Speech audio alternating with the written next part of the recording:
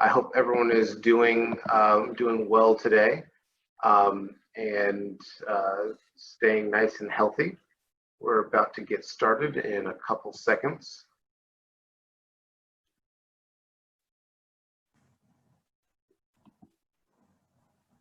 Okay, so we're going to go to our next slide real quick.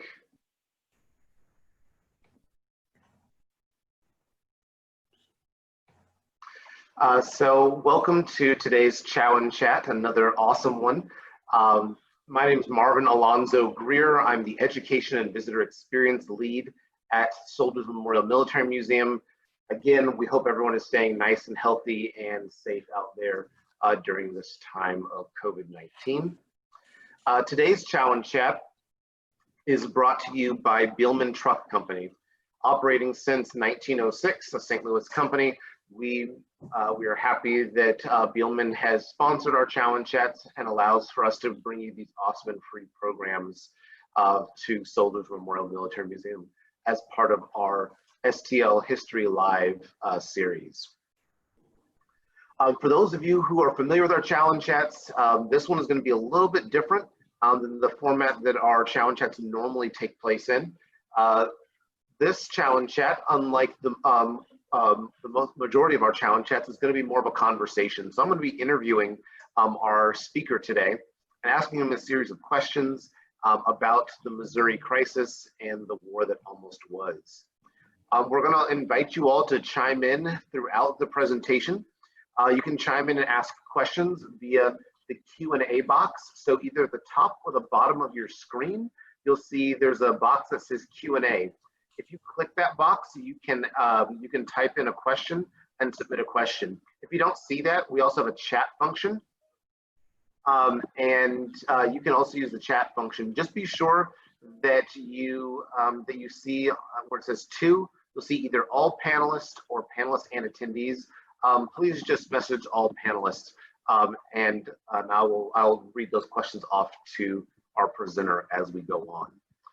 So I'll first start off by kind of asking him some different questions that we have, and then we will open it up to the group to ask even more questions. So without further ado, we're going to introduce Matthew White, who's a PhD candidate at The Ohio State University, and his area of study and field of study is slavery and politics in the early American Republic.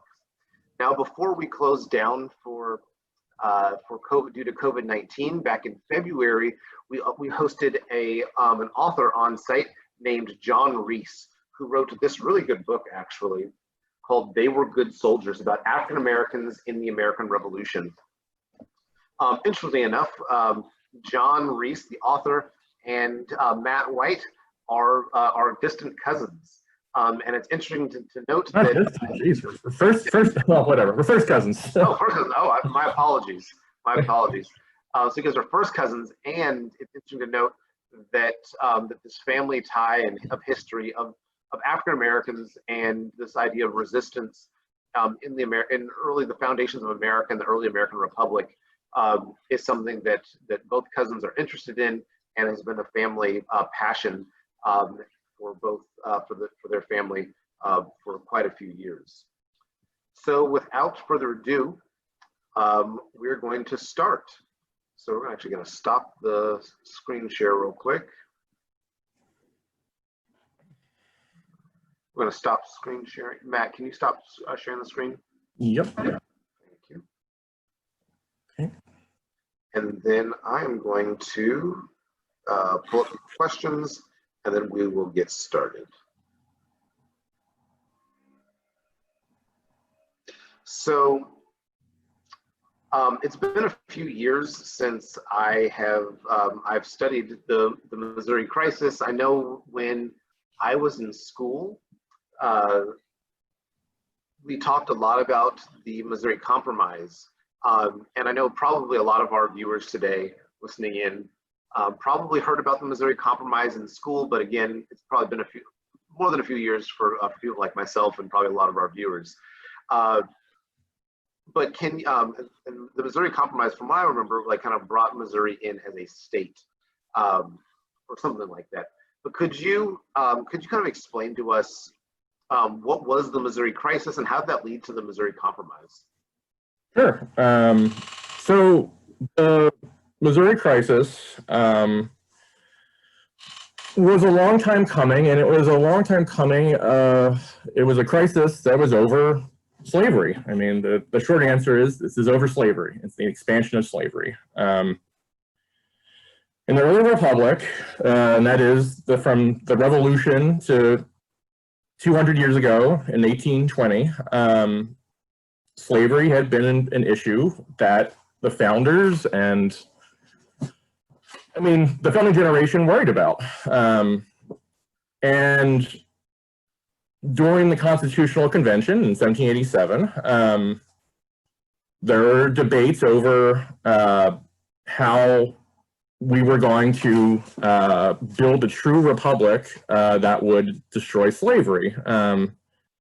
And a number of compromises are made at the Constitutional Convention. And one of them is that the Northwest Ordinance, which makes Ohio, Illinois, and Indiana states eventually, they will be free states. And the idea is that if we can cut off slavery going further west, that will be one way to end slavery. They also think that by ending the slave trade, the United States' role in the international slave trade by 1807, 1808, that they will be cutting off a source of, enslaved people. So together, hopefully, these are two things that will put slavery on the road to extinction. But of course, it doesn't turn out that way. Instead, in the 1790s, cotton becomes a cash crop, a big money cash crop. And cotton needs a lot of new land to make that crop because it destroys the soil really quickly. So you have to keep cotton growing and to keep that economy, that booming economy for people going. You have to go west, and you also have to enslave more people. So states are coming into the Union that were originally, part of the original territory of the United States, and by the Louisiana Purchase, there is an attempt by Congress to stop slavery in all the Louisiana Purchase. A senator from Pennsylvania, Samuel Clay, says, why would we, what's the point of letting a new slave state in? It would just be expanding slavery and make slavery more perpetual, is against the principles of revolution. That's in 1803. But the problem is that on the ground, there are Spanish slaveholders who don't necessarily have to be part of the United States. And the same thing goes with Missouri. There's Spanish and French slaveholders that can tell the United States, like, you don't really have much power out here. We don't need you. We can be our own republic. We can be our own state. So they let these states in as slave states, hoping that at some point somebody will stop the spread of slavery. So they keep on kicking the can down the road. The War of 1812 happens, and right before the War of 1812, the governor of Pennsylvania said, directed his congressional delegation to say in Congress that we need to stop the spread of slavery so we can finally put slavery on the road to extinction. And so they start trying to pass these bills that will make Missouri a free state, so it won't come in as a slave state. War of 1812 happens, that doesn't happen. After the war, they start doing this again. But again, we're in the middle of the cotton boom, and after the War of 1812, the cotton boom just takes off, and there's a land a land speculation bubble. People just give out free money. Banks are basically giving out free money to people to go and buy land out west to grow cotton. And so there's no sign that slavery isn't going to end anytime soon. So abolitionists realize is that they have to do something. They have to do something soon to finally, put slavery on the road to extinction, as they would say. So they do. So they try in 1817, they try something in Congress. 1818, they try something in Congress. One of the leading people later in the Missouri crisis, John Sargent, tries adding a line that will say that any new state that comes in to the Union has to have a truly Republican constitution that upholds values of universal liberty, and he's shot down instantaneously because slaveholding congressmen say, I think I know what you mean. I think what you're saying is that you mean no slavery by universal liberty, and then he responds, yes, that's exactly what I mean. I wasn't trying to fool you. So there's this collision course of basically there's a resurgent abolitionist movement in the North that wants to finally get rid of slavery in their mind, like finally being, time is now. We need to get rid of it now. Otherwise, it's just gonna spread all across the United States. Also, there's the rise of the colonization movement, and that is the idea that as enslaved people are freed, that they will be sent to Africa to colonize Africa and to Christianize and Republicanize Africa. And especially in Philadelphia, the African-American community and abolitionists in Philadelphia are enraged by the idea, but it's spreading very, very quickly. And so the Black community of Philadelphia and the abolitionists hold mass meetings saying we absolutely refuse to participate in colonization. And with the Black community in mind, one of the things that the abolitionist movement in Philadelphia holds, they hold a convention of white abolitionists called the Convention for the Promotion of the Abolition of Slavery. And it's mainly Pennsylvanians, New Yorkers, and some Tennesseans and other people, but it's a pretty big meeting. And one of the things they state is that we absolutely reject colonization because the African-American community has absolutely rejected it, so we can't do it. And then they also say, and they use these words, so I'm not saying this, we also need to be able to give enslaved people reparations for their enslavement, to give them a start, to give them an equal footing in the Republic. And so one of the members of the American Convention is a guy named John Sargent of Philadelphia. He's a congressman. He's also the former president and the future president of the American Convention for the Abolition of Slavery. And with Missouri statehood looming, it's about, in 1819, it was about to come up again in Congress. Sargent and a group of other congressmen basically, in the Missouri statehood bill, they add a restriction. They say, and the restriction says that Missouri can only come into the Union if it gradually abolishes slavery. So it has a stipulation that says that the children, every person that is born in this it was already enslaved will be slaves. Will turn into indentured servants. Their legal status will change, but that every person born after it becomes a state will get their freedom by the age of 21, 25, I believe. this restriction is brought to the floor by a guy named James Talmage of New York. And this is done in February of 1819. And this is what triggers the Missouri crisis.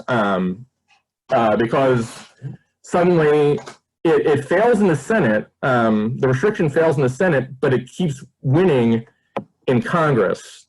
And this shows the Southerners in Congress, the pro-slavery people in Congress, that the Northerners suddenly have a numerical advantage on us, and it doesn't look like we're ever going to get this numerical advantage back. So there is a good chance that Missouri will come in with a restriction, which we cannot accept because it will eventually end slavery. It'll drive the prices. What it'll do is, in their minds, the restriction will, by cutting off slavery to the territories, it will lower the price of slaves, and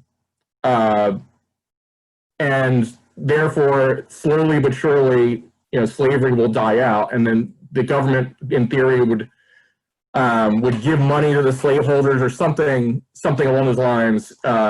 But slavery would slowly die. That's basically their plan, and it's their only plan that they can all agree on. The abolitionists can all agree on that the first obvious thing to do is to just cordon off slavery in the territories.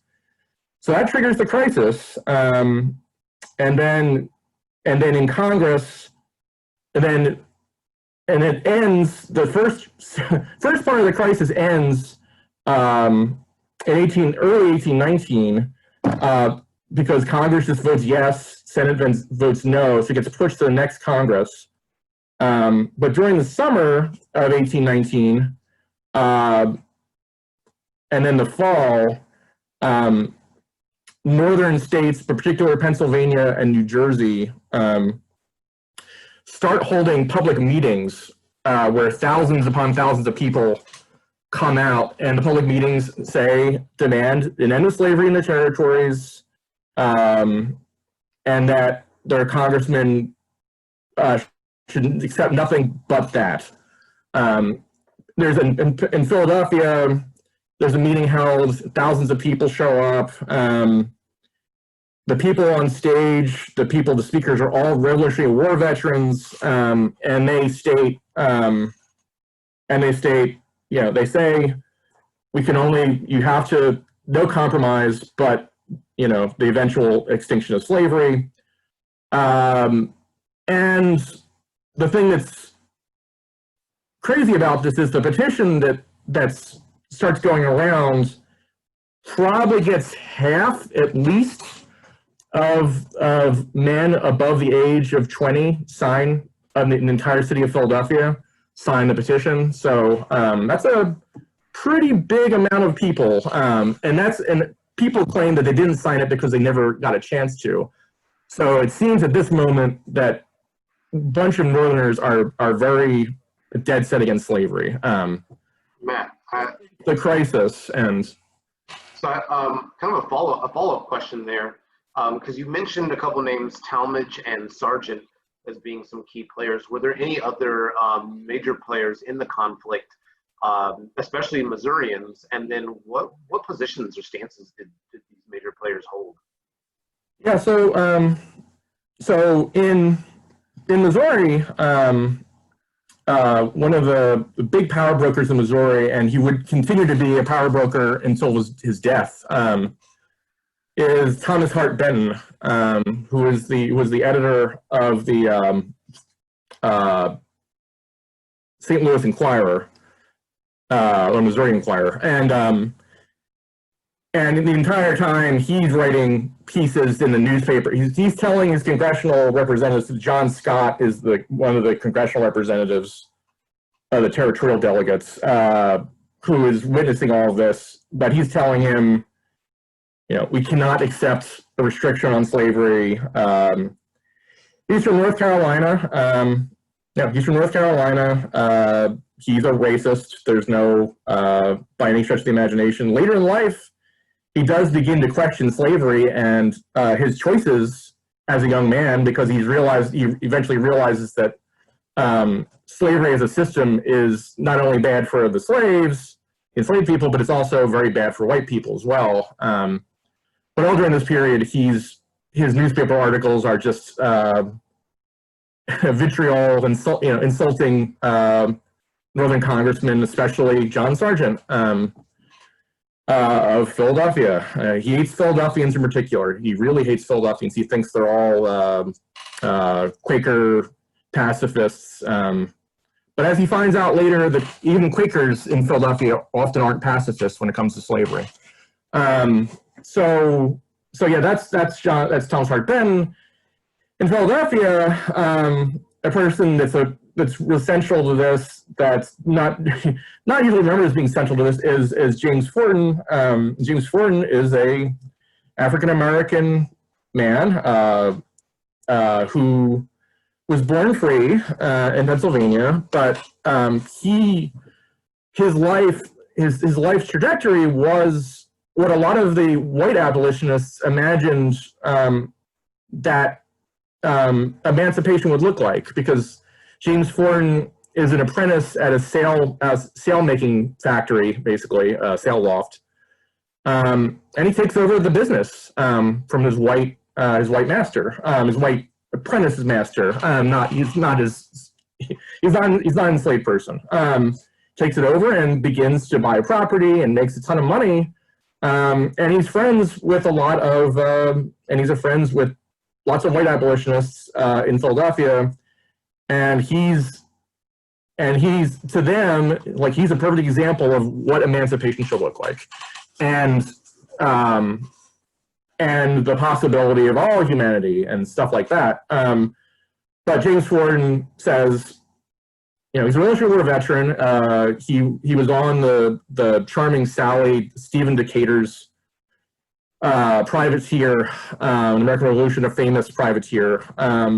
And he was a minor hero of the Revolution. And the revolution he fought for, and the revolution that many of these Pennsylvanians fought for, was, in their minds, a revolution for universal liberty. A republic of neither masters nor slaves, and that's what they wanted. And so, to him and the African American community, and just the Philadelphians and Pennsylvanians in general, the memory of the revolution was bound to emancipation. And in the 1790s and 1800s, they found out that they had a different understanding of what the revolution meant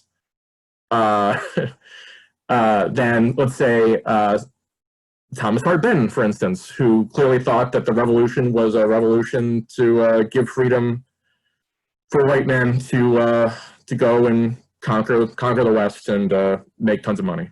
So, awesome, thank you. So you brought up actually a couple of times about the American Revolution and these Revolutionary War veterans. And for those of you who, I'm not sure if you've ever visited Soldiers Memorial, no. But you definitely have to come and visit us sometime, especially when it's safe to travel. Yes. And those of you who are tuning in, some of you may have been into our building before, some of you may not. Those who are not as familiar with Soldiers Memorial Military Museum, it was founded as a World War I memorial and museum, and then later on expanded to encompass all different time periods and all different conflicts and wars. That being said, veterans and the Gold Star mothers and veterans' families were a huge part of building this memorial and museum. As we know throughout history, especially when it comes to the American Civil War and World War II, and even some of the smaller wars, the Philippine-American War and the Spanish-American War, veterans have played a huge role in public policy, in shaping public policy, shaping westward expansion, and are deeply involved in politics. What roles did, and you kind of you talked about this a little bit more, but what roles did veterans play in the Missouri crisis? Especially in Pennsylvania, they play the massive role. And generally, they play a massive role. I mean, the President of the United States is James Monroe, who himself was a famed veteran of the Revolution. But in Pennsylvania, a series of crises, the Missouri crisis and a panic, which is basically the first real depression in the United States, well, the first industrial depression, I guess we'll say, the United States experiences, it causes Pennsylvanians to vote for all these old revolutionaries with the idea that the revolutionaries will know how to write the republic and make the republic a better place, because it was their idea and they have to know best. And in Philadelphia, when the congressman is elected is a guy named Thomas Forrest, and he's a leader of a political faction in Pennsylvania, basically part of the Democratic Party, which is also, basically founded in Philadelphia. But he was the last sort of major hero, like sort of universally accepted hero of the revolution in Congress. Forrest was at the Battle of Trenton and Princeton. He was personally thanked for his service at those battles by Washington. He was promoted over the heads of many other people that had a better claim to him for rank, but because Washington thought that he was such a brave and capable officer, so he is elected to Congress, and during the debates about Missouri and the compromise, making a compromise, he he invokes the memory of the American Revolution. And I should say, like, the Missouri Compromise, the first stage of the Missouri crisis, it gets triggered in February of 1819, but then it gets sent back to Congress for the next session of Congress, the next Congress, at the end of 1819, going into 1820. And the compromise, as there's eventually a compromise is devised that a bunch of people, a lot of Southerners can agree to. James Monroe seems to like it. And the compromise is that any new state, so Missouri will come in as a slave state, but any new state above the 3630 will be a free state. Anything below it will be a slave state. And it will show that Congress has the ability, and the compromise works because it'll show that Congress does have the ability to regulate slavery in the territories, which a bunch of Southerners do not want at all. But most of the Northern congressmen don't agree with the compromise, simply because they all know that it's kicking the can down the road even further. Is that it's just pushing off the emancipation of slavery and just making things, and it could easily turn out to be that it's ignored in the next Congress. They need to make their stand now. And so Thomas Forrest absolutely refuses to accept this compromise, again, along with the far majority of Northern congressmen. But he's begged on the floor of Congress. Henry Clay begs him and threatens him to accept the compromise. And he begs him, and he's apparently crying. He's calling on Forrest as his hero of revolution. Like, why you can't? Please don't sacrifice. Please don't. You'll be spitting on the memory of the revolution and your comrades if you don't accept the compromise, because the United States will probably see dissolution and civil war. And that's another thing. In Congress, everybody's talking about dissolution and civil war. And so Thomas Forrest comes to the floor of Congress, and he says, he responds to Clay, and he says, "The Constitution was a compromise to prevent disunion. It was a dereliction of first principles upon which the independence of our country was achieved. It was an acquiescence in the bondage of those of our fellow men in whose services their possessors conceived that they could possibly have a property in. Now he asks for no more compromises over slavery." He then employs the memory of the Revolution to argue that the extension of slavery would be the ultimate betrayal of the Continental Army and the Revolution itself. He scoffs at Southern congressmen's threats of disunion, massacre, civil war, horror, and blood by stating that they were nothing compared to the ignominy, I can't even say it, of the continuance of slavery. Then he recounted the Battle of Trenton and exclaimed that the men who fought there fought for freedom and for their posterity, and asked what posterity perpetuates slavery. Then in French, he goes on for a bit because he starts insulting people, and you're not supposed to insult people in the floor of Congress, so he insults them in French. As the speech nears its climax, Forrest stressed the connection between abolitionism and the revolution in a dramatic fashion. He says that I mourn the fall of the revolution. And then he pauses and says, now I have occasion to rejoice, yes, rejoice overmuch that they were not, like me, permitted to live to see posterity outgrow the remembrance of the patriotic virtues of their fathers by an act for the extension of slavery. Then Forrest angrily stated that if the extension of slavery grows out of the question before the committee, I shall think the small share I have had in the revolution was the blackest part of my life.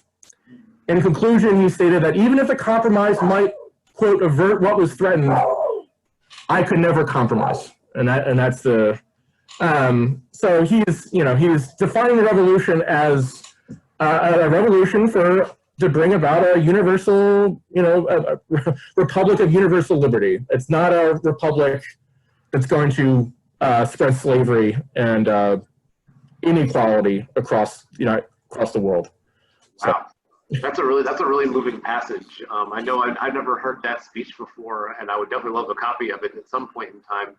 But because from what I hear him saying is he is his fellow comrades, his brothers in arms who died during the revolution. He said they should be glad they died because they didn't get to view slavery and a betrayal of the revolutionary ideals, which is very interesting to hear. A veteran kind of talking about the ideals they fought for versus the ideals of the country that was founded. So was there actually any bloodshed that took place during the Missouri crisis, or was it mainly bluster in the halls of Congress and in newspapers?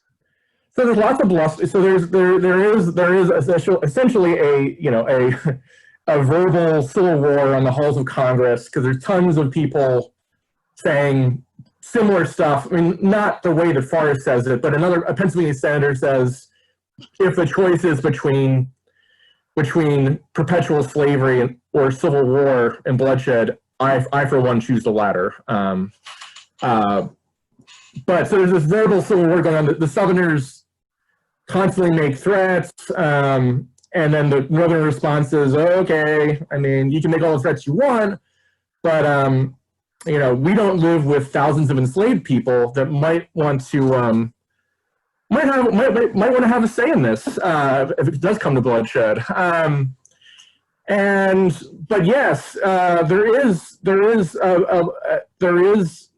sort of a low scale, I mean, mob violence war, or just mob violence on the ground in Missouri. And there's mob violence in cities after the compromise is struck, because the few doughfaces, the few congressmen who do accept the compromise, in one case in Pennsylvania, Fullerton, one of the few in Pennsylvania that makes the compromise, they built effigies, they threatened to burn his house, they probably nearly do.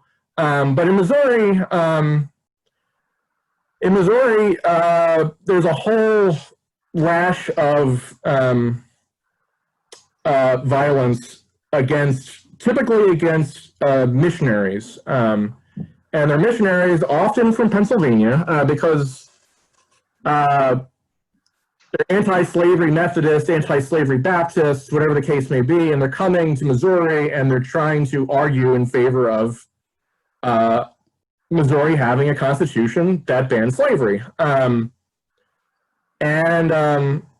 They find very quickly that when they do this, that they get threatened, they get beaten up, and in a couple of cases, their houses get burned. And so this leads to and this leads to a slight, this leads to almost to an escalation. I mean, it leads to escalation because the Pennsylvanians and New Yorkers and New Jerseyans start sending out more missionaries, and they also start sending out, like, a guy named Benjamin Lundy, who ends up being a very famous abolitionist. He ends up coming to Missouri, and he's on the ground doing, I'm not really sure what he was doing on the ground. Apparently it was secret, and that's when there's things that he might have been, I mean, there's some evidence that they're sort of preparing for something, and that it's hard to tell. But yes, there's violence on the ground. It doesn't lead to death, but just leads to a lot of. But in Kansas, the same thing in Kansas, in the Kansas in the 1850s. Early on, it's this sort of violence that eventually escalates to outright killing, and then it gets triggered. But the Pennsylvanians in particular become very, very angry, and they think there's more going on, and which leads to all sorts of rhetoric in Philadelphia newspapers about, like, let there be a war, basically. So yes, but no. Interesting. Yeah, because we often hear about, like, bleeding Kansas, so that's where that question came from. Was it similar to, like, the 40s and 50s, where people are using rhetoric, and then obviously that escalates to outright partisan violence and terrorism, or was it more of the kind of the people kind of blustering and talking a lot? But my next question, and I'm still waiting for our audience to come in with questions. I can ask questions all day, but we would love to hear some of your questions as well. So please chime in and ask questions if you have them.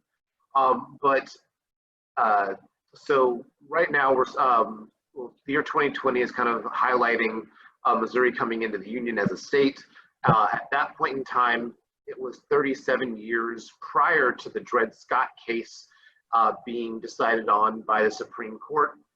And up until that point, African Americans who were enslaved were able to use their agency to sue for their freedom, and in many cases they were winning. And St. Louis in particular was kind of ground zero for a lot of these freedom cases, definitely after 1807, so before Missouri statehood, and then leading up until the Dred Scott case.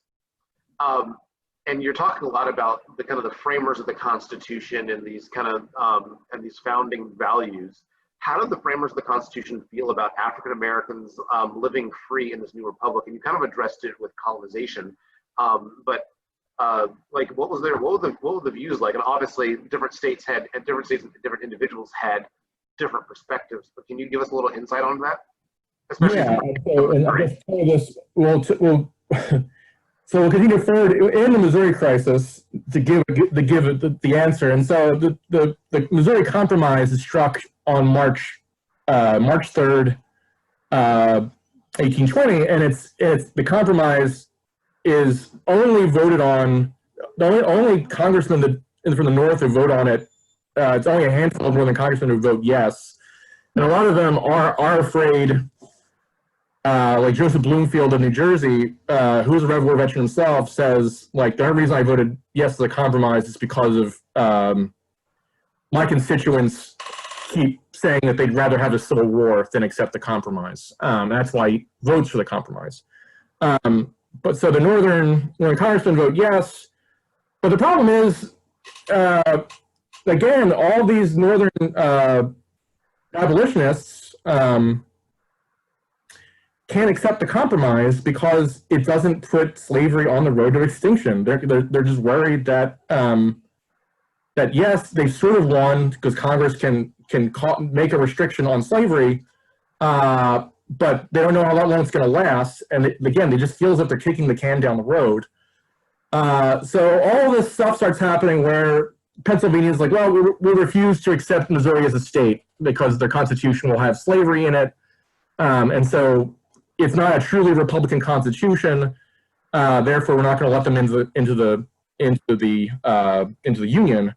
And so people debate that. But on July 19th, 1820, so in 4 days will be the 200th anniversary. The Constitution of Missouri is agreed upon, and it has a clause in the Constitution that says no free African Americans can come into the state and live.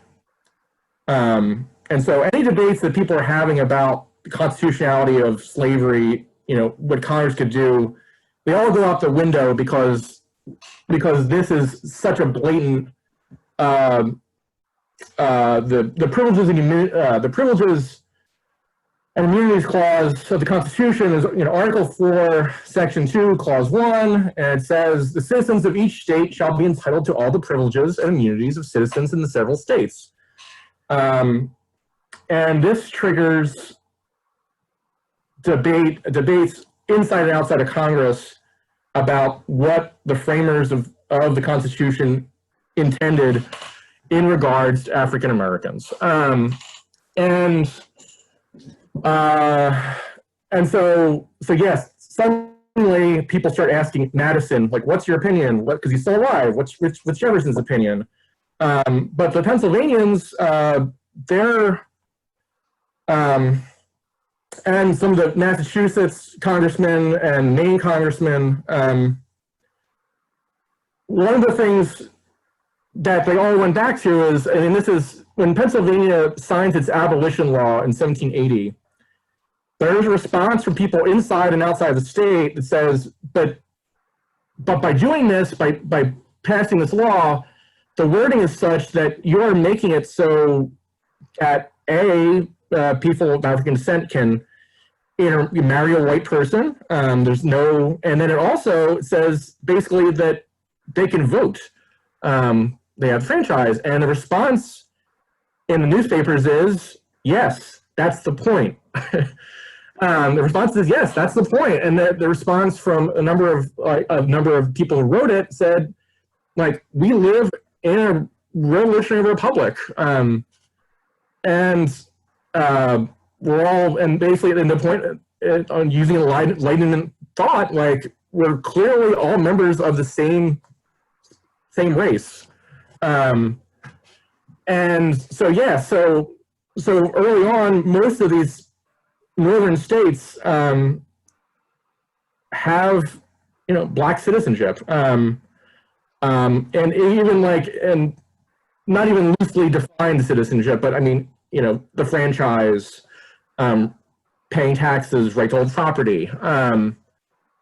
So that's the thing is that Jefferson or Madison certainly believed that slavery was wrong, but as they got older and more in debt, and other Southerners became more hardened in their stances towards slavery, it seems like their opinions on humanity of African Americans and the morality of slavery evolved or whatever you want to say. But at the founding, there's all different opinions about, Black citizenship. But generally speaking, like George Washington, when he treated African American soldiers, he didn't treat them differently. He clearly believed they had honor. So yes, and that's one of the things that also comes up in these debates in Congress that eventually gets triggered by Missouri's Black Exclusion Clause. Is you get all these Northern congressmen like Joshua Cushman, who is a Revolutionary War veteran of Poor's Regiment, and Joshua Cushman, he spent 3 years in the Army, and he says, like, some of my best friends in the Army were Black. But he was a private soldier, and he's like, and they have the same rights as I do, and they should have the same rights as I do, and also, and same William Eustis, who was also the former Secretary of War, says the same exact thing.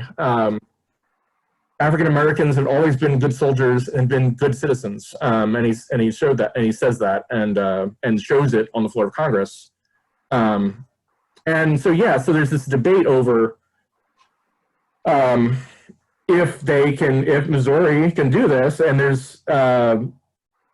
and eventually they strike another compromise, and it's not really a compromise, and they just change the language to fundamental condition, and then eventually in 1825, Missouri adds a clause that says that if you're African American and you enter the state of Missouri, you have to have citizenship papers, which again isn't, I mean, which skirts the Constitution, but it's still like, but it does say that these people are citizens.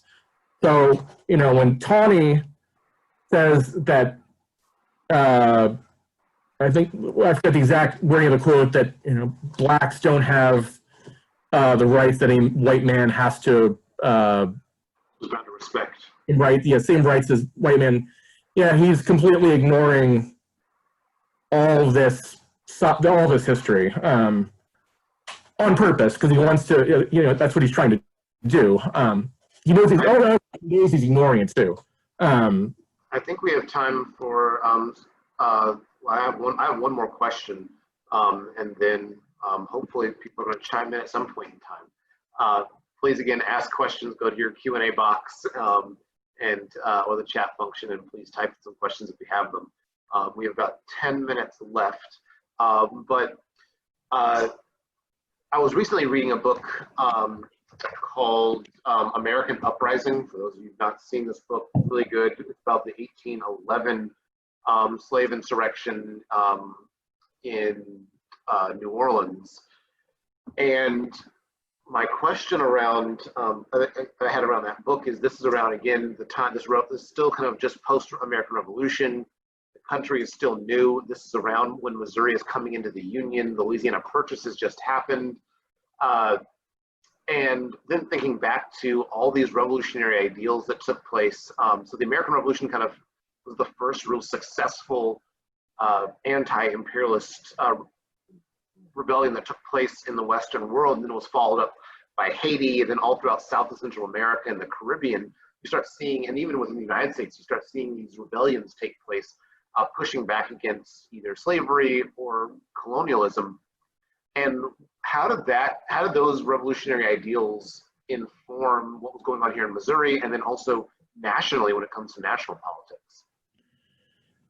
Yeah, yeah, that's if we have time for that. I know we're running short on time, but yeah, it's a great question, and the answer, there's all sorts of answers, but I mean this is the question of South American revolutions, because we're 200 years ago, all the different republics of South America are either formed or being formed at this time, and people, especially Revolutionary War veterans like Thomas Forrest, see this happening and say, wow, this is great. This is, you know, the spark of liberty is being ignited everywhere. And I want to be a part of that. I think we all want to be a part of that. So the radical newspaper in Philadelphia called the Aurora, William Duane, he ends up trying to become a general in the Venezuelan army, but he does recruit probably around, it's hard to tell, but he probably, I mean, Keatlin Fitz is a scholar working on this, but there's different, he probably recruits around 1,000 guys from Philadelphia, probably African Americans as well, to go to Venezuela to fight. But all during this period, he's trying to get a commission and trying to get American support because they think they're, you know, again, they think they're part of a worldwide revolution for liberty, and a lot of the Southerners think that too, but then they start running up against the problem of that what's going on with slavery in all these Latin American republics? It's being abolished.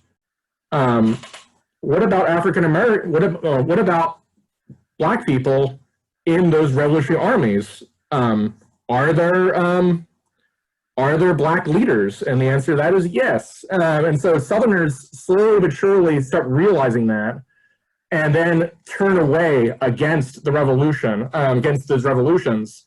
because of the fear that their enslaved people will find out that this is a thing that's happening, and that their enslaved people will get ideas, among other reasons. Because I mean, that's when so. In a few years, in 1825, John Quincy Adams sends a mission, tries to send down a mission to the Panama Conference, which is supposed to be a conference of American republics. And he sends John Sargent down, and probably to give Pennsylvania some sort of like bonus, basically, like as a political plum. But the response is, and it's mainly Thomas Hart Benton of Missouri, says, "You're sending John Sargent, the guy who was willing to dissolve the Union over the case." He says, "over the case of Negroes and mulatto rights. You're sending him down to deal with the Haitians on a level of equality. Do you really like? What do you think you're doing?"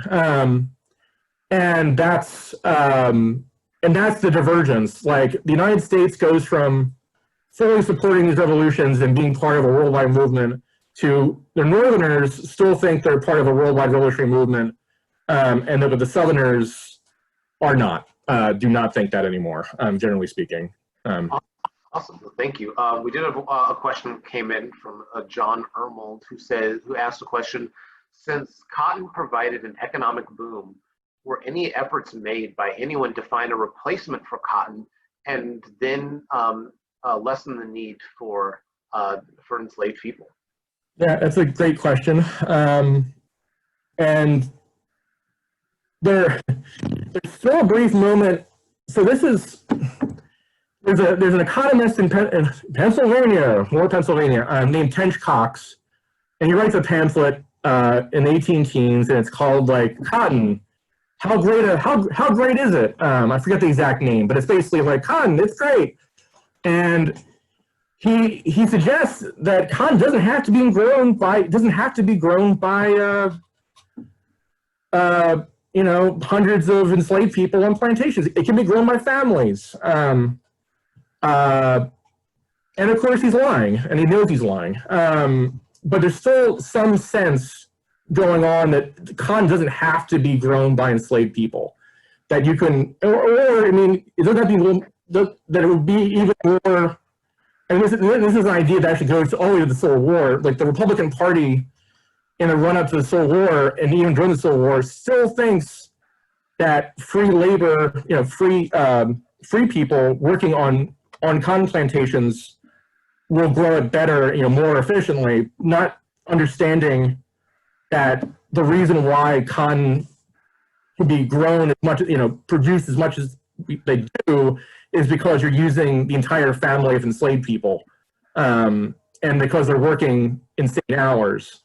But no one really understands. That's the thing, is like, no one quite understands that yet. And so, yeah, like, so Northerners, anti-slavery Northerners will say, like, cotton, it doesn't seem like cotton can be grown without enslaved people, so therefore maybe we should go back to linen. Maybe we should go back to linen, or maybe we should only buy cotton grown by free people. But those schemes generally don't work because it's not enough people, or people just don't quite understand. So the answer is yes. So one of the things people try to do is they try to, because cotton needs expansion, because it kills the soil so quickly, it plays out the soil, that they try rejuvenating the soil by various means, but they don't work. They try back guano, they try all sorts of stuff, and it just doesn't work. And now I think now you could probably grow like soybeans or something, and it would but they didn't know that. Yeah, I think crop rotation is what they do now, so you're not depleting the soil completely. Right. And then if people want to know more about the Missouri crisis and it's kind of this revolutionary time period that brought Missouri into the Union, Where can our listeners find out more or read more about this? That's also a great question. So there's the earliest single volume, the earliest history of the Missouri Crisis is by Glover Moore, and so I think it's called like the Missouri Compromise and the Crisis or something. And then there is another history called by Robert Forbes, and that's on the Missouri Compromise and the Missouri Crisis. And then there's a short volume, relatively short, by John Van Atta. And I can type this all in if you want. And that's called Wolf by the Ears. And that's a single volume history of the Missouri Crisis. I mean, a short-ish. Then there's lots of other historians working on it. John Craig Hammond, who's working on slavery and expansion. Again, I can add links if people want. Yeah, if you could send me an email with those, and then I can send them out to everyone on the who's listening in today. That would be awesome. Yep, and Matthew Mason's another one. There's always really great historians. Sarah Gerningsotter working on this stuff. So, and there's a 2-volume set coming out that I'll be a part of on the Missouri Crisis, published by the University of Missouri Press. That will be probably the definitive volumes on the Missouri Crisis. So, and it's being published by University of Missouri Press, by the Kennedy Institute as well, because of the 200th anniversary of Missouri statehood. So awesome! Congratulations on that. And I think that's about it. If we're going to pull up that last slide.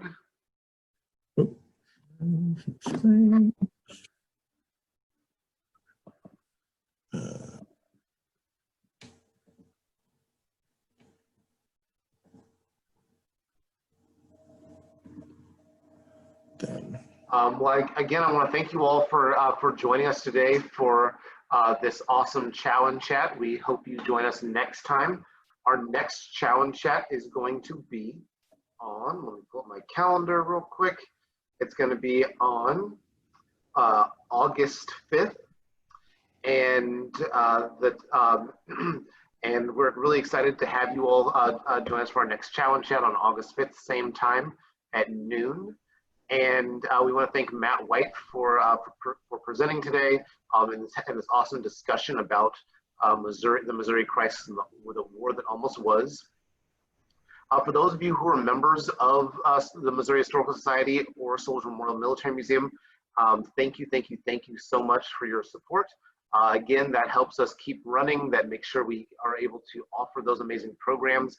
If you are not yet a member and you're considering being a member, or if you already are a member and you are interested in upgrading your membership to being part of the exclusive Soldier Memorial Giving Circle, you can find out more at mohistory.org /support. You can see that on your screen. And also, after the conclusion of this program, there'll be a brief survey that pops up. Please fill that out. That helps us better gauge how we can better promote and organize our programs, and what content interests you, and various other types of questions. So again, thank you all for joining us today, and we hope you all stay safe and sound and have a great rest of the week. Bye.